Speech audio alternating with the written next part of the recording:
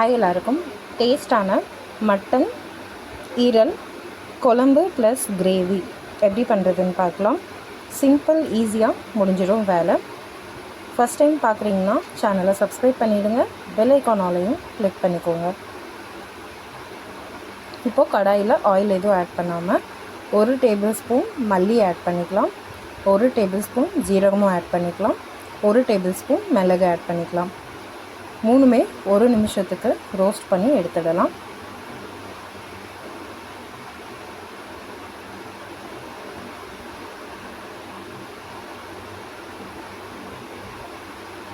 இப்போது மிக்ஸி ஜாரில் இதை ஆட் பண்ணிக்கலாம்.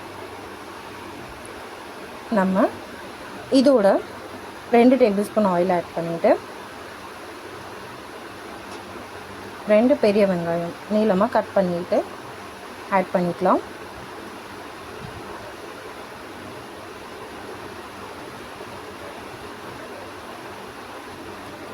இதோட இஞ்சி தோலையும் சீவிட்டு ஆட் பண்ணிடலாம். பூண்டு ஆட் பண்ணிக்கலாம். தக்காளி ஒரு 4 ஆட் பண்ணிக்கலாம், சின்னதாக கட் பண்ணிவிட்டு.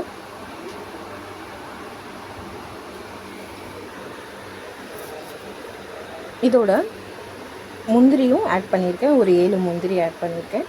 நல்லா ஃப்ளேவர் நல்லாயிருக்கும். ஒரு 1.5 டேபிள் ஸ்பூன் சோம்பு ஆட் பண்ணியிருக்கேன். ஒரு 3 நிமிஷம் மட்டும் நல்லா ஃப்ரை பண்ணிவிட்டு ஆற விட்டுடலாம். ஆற விட்டுட்டு மிக்ஸி ஜார்லையும் ஆட் பண்ணிக்கலாம். சீரகம், மிளகு, மல்லியும் ஆட் பண்ணிக்கலாம். இதோட தேங்காய் வந்து அரை மூடியில் பாதி தான் ஆட் பண்ணியிருக்கேன்.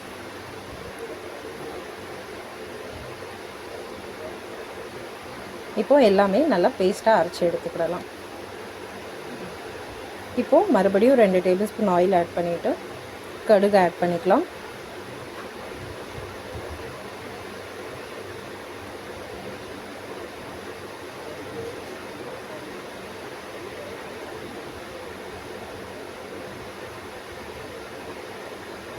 கருவேப்பிலை ஆட் பண்ணிக்கலாம். 2 மிளகாய் அதை பாதியாக கட் பண்ணி ஆட் பண்ணிக்கலாம். அப்புறம் 2 ஏலக்காய், பெரிய வெங்காயம் பாதியாக கட் பண்ணிவிட்டு ஆட் பண்ணிக்கலாம்.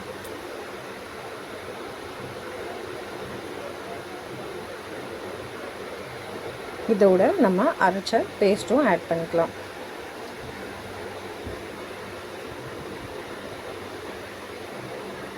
இந்த பேஸ்ட் ஆட் பண்ண உடனே நம்ம ஈரலும் இதில் ஆட் பண்ணிக்கலாம்.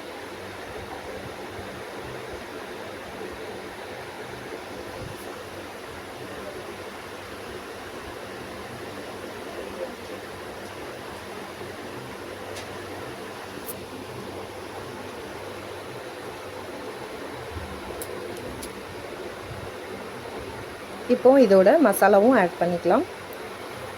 நான் காஷ்மீரி மிளகாய் தூள் ஆட் பண்ணியிருக்கேன். ஒரு 2 டேபிள் ஸ்பூன்,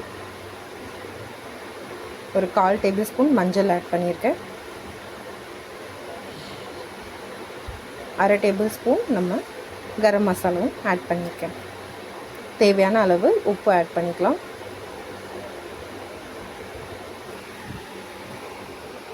எல்லாமே நல்லா மிக்ஸ் பண்ணி விட்டுட்டு ஒரு 5 நிமிஷம் அதை கொதிக்க விட்டுடலாம்.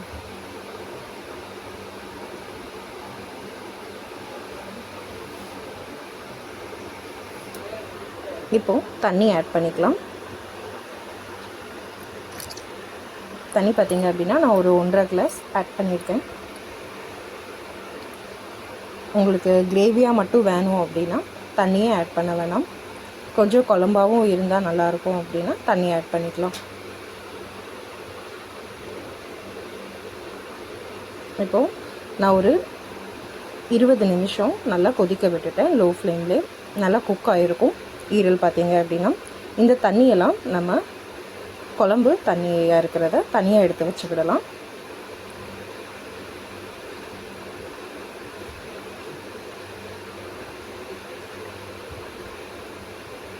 தனியாக எடுத்து வச்சுட்டேன். இப்போ குழம்பாவும் நம்மளுக்கு கிடச்சிருச்சு. ஈரல் பார்த்திங்க அப்படின்னா நல்லாவே குக் ஆகிடுச்சு.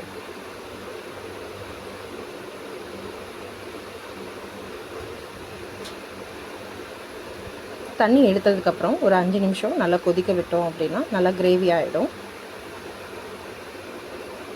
5 நிமிஷம் நல்லா கொதிக்க விட்டுட்டேன், கிரேவியாகவும் ஆயிடுச்சு. இப்போ அடுப்பை ஆஃப் பண்ணிடலாம். டேஸ்டான மட்டன் ஈரல் குழம்பு ப்ளஸ் கிரேவி நம்மளுக்கு கிடச்சிடுச்சு.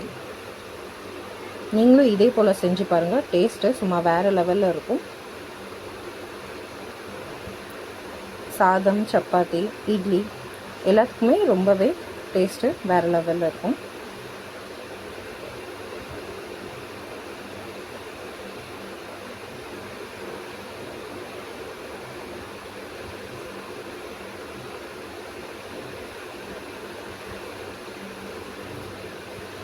இட்லியோட ரொம்பவே டேஸ்ட்டு வேறு லெவலில் இருக்கும். ட்ரை பண்ணி பாருங்கள். அப்படியே இந்த வீடியோ பிடிச்சிருந்துச்சி, இந்த ஐடியா பிடிச்சிருந்துச்சி அப்படின்னா நீங்கள் லைக் பண்ணிவிடுங்க, கமெண்ட்ஸ்லேயும் சொல்லிவிடுங்க, உங்கள் ஃப்ரெண்ட்ஸ்க்கும் ஷேர் பண்ணிவிடுங்க.